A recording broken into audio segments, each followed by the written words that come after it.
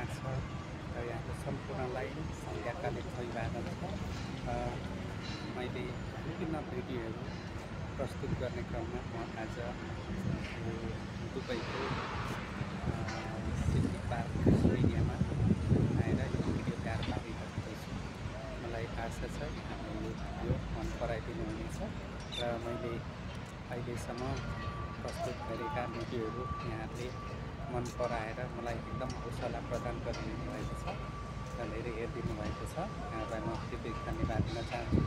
अहिलेसम्म मेरो लगभग 4100 को हाराहारीमा सब्सक्राइबरहरू हुनुहुन्छ र सबैले मलाई माया गर्नुहुन्छ र अब पनि यहाँले मलाई साथ र सहयोग दिनुहुनेछ यो मैले आशा र भरोसा लिएको छु र म आज यो भिडियो प्रस्तुत गरिरहेको छु र यहाँहरूसँग केही कुराहरू गर्नको लागि मलाई एकदमै भित्रदेखि कौतूहल आएर म आज यो भिडियो तयार पारिरहेको छु। आदरणीय सम्पूर्ण दर्शकवृन्दहरू, हामी नेपाली जहाँ रहे पनि नेपालप्रतिको एकदमै अटुट माया अनि नेपालप्रतिको जुन एउटा विश्वास हो त्यो हाम्रो जहाँ रहे पनि त्यो जिउँदो रहन्छ र हामी त्यसलाई कहिले पनि बिर्सिने छैनौँ। नेपाललाई जहिले पनि आफ्नो छातीमा राखेर हामी हिँडेका हुन्छौँ र आज म यो सुन्दर ठाउँमा आइरहँदाखेरि यो भिडियो तयार पारिरहँदाखेरि मलाई के कुरा गर्न मन लाग्यो भन्दाखेरि नेपाल अहिले धेरैको एउटा गन्तव्य स्थलको रूपमा पहिचान भएको छ।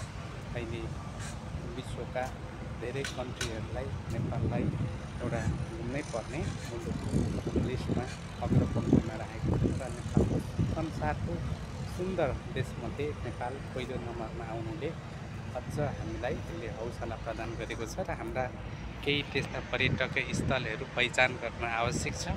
आन्तरिक तथा बाह्य पर्यटक प्रवर्धन गर्नमा यसले धेरै ठुलो भूमिका खेल्नेछ। अन्य मुलुकहरूमा पनि मान्छेहरू जाने गर्छन् र रुचाउने गर्छन्, तथापि नेपालमा मान्छेले औधी रुचाएको एउटा तथ्याङ्कले देखाएको छ र त्यसलाई केही हामीले अझै केही नयाँ गन्तव्यहरू हामीले विकास गर्नुपर्ने आवश्यकता देखिन्छ। र आज हामी यसरी अरबमा म छु र दुबईमा यसरी धेरै मेहनत गरेर बिरुवाहरू हुर्काउनुपर्छ र यहाँ धेरै ठुलो लगानी छ भन्दाखेरि यो मरुभूमि हो। यहाँ चाहिँ अत्याधिक मल हालेपछि मात्रै यहाँको माटोमा उब्जनी दिन सकिन्छ र यहाँ उत्तिकै मलजलको आवश्यकता पर्छ र सबै कुराहरूको ब्यालेन्स मिलाउनुपर्छ भनेदेखि हाम्रो नेपालमा एकदम उर्वर भूमि छ र हामीले सजिलैसँग बिरुवाहरू उमार्न सक्छौँ अथवा हामीले हाम्रो माटोलाई एकदमै चाहिँ तपाईँको सही सदुपयोग गर्ने हो भने हामीले धेरै चिजहरू उत्पादन गर्न सक्ने त्यो क्षमता नेपालको माटोमा रहेको छ र नेपाल धेरै किसिमले भौगोलिक विविधताले भरिपूर्ण र एउटा सुन्दर र शान्त राष्ट्र हो। यसलाई संसारले अहिले हेरिरहेको छ र एउटा नेपाललाई रुचाइरहेको यस्तो परिप्रेक्ष्यमा अब हामीले यी सबै कुरा हेरिसके पछाडि नेपाललाई पनि एउटा पर्यटकीय स्थलको रूपमा अथवा विश्वका मान्छेहरूलाई आकर्षण गर्ने गरी एउटा राम्रो गन्तव्य बनाउन सकिन्छ कि आन्तरिक तथा बाह्य पर्यटक प्रवर्धन गर्न सकिन्छ कि भन्ने हामी सबैले सोच्नुपर्ने समय आएको छ।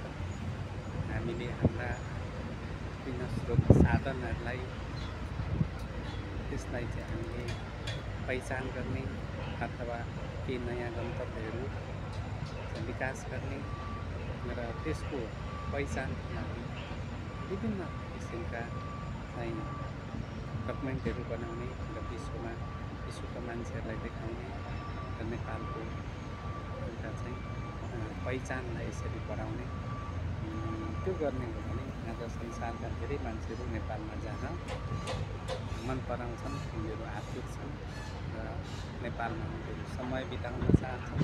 त्यसरी यदि हामीले हाम्रा देशमा रहेका प्राकृतिक स्रोत तथा सम्पदाहरू जति पनि छन् 5वटा प्राकृतिक सम्पदाहरू विश्व सम्पदा सूचीमा गरेका छन् अनि त्यसै गरी 7वटा सांस्कृतिक सम्पदाहरू विश्व सम्पदामा सूचीमा गरेका छन्। त्यसलाई हामीले एउटा डकुमेन्ट्रीको रूपमा विश्वका धेरै मान्छेहरूलाई हामी पुर्याउनु हो भने सायद उहाँहरू नेपाल घुम्न लालायत हुनुहुन्छ होला। हामी यसरी बाहिर बस्दाखेरि पनि हामीले नेपालप्रतिको मायालाई हामीले बिर्सिन सकेका छैनौँ र नेपालको पहिचानको लागि नेपाल मुलुकलाई चिनाउनको लागि हामीले धेरै प्रयत्न गरिरहेका हुन्छौँ। तथापि यहाँहरू सबैले आफ्नो तर्फबाट नेपाललाई एउटा पर्यटकीय विकासको लागि यहाँहरू सबैजना पहल गर्नुहोला र आफ्नो तर्फबाट नेपाललाई एउटा पर्यटकीय स्थलको रूपमा हामीले विकास गऱ्यौँ भने धेरै हदसम्म हामीले पर्यटकहरू भित्राउन सकिन्छ। नेपालको जनसङ्ख्याको दोब्बर जनसङ्ख्या हामीले भित्राउन सकिने सम्भावना भएको कारणले गर्दाखेरि पनि हामीले हाम्रो देशलाई पहिचान बढाउनको लागि संसारभरि पुर्याउनको लागि हामी सबैले पहल गरौँ र हामी सबैजनाको प्रयत्न भनेको देशलाई कसरी सुन्दर शान्त बनाउन सकिन्छ अथवा पर्यटकीय विकास गर्न सकिन्छ भन्ने हाम्रो सबैको उद्देश्य हुनुपर्छ। र यो भिडियो हेरिसके पछाडि यहाँहरूलाई कस्तो लाग्छ आफ्नो सल्लाह सुझाव र प्रतिक्रिया दिन नबिर्सिनुहोला। र यहाँले मलाई माया गर्नुभएको छ र यहाँले हौसला प्रदान गर्नुभएको छ। यहाँहरूप्रति एकदमै गहिरो कृतज्ञता ज्ञापन गर्न चाहन्छु र सधैँभरि यहाँले साथ दिनुहुन्छ भन्ने पनि मैले अपेक्षा लिएर दर्शकहरू समक्ष यो भिडियो प्रस्तुत गर्ने अनुमति चाहन्छु। यहाँहरूलाई भिडियो हेरिसके पछाडि आफ्नो सल्लाह सुझाव र प्रतिक्रिया दिन नबिर्सिनुहोला। हवस्, धेरै धेरै धन्यवाद।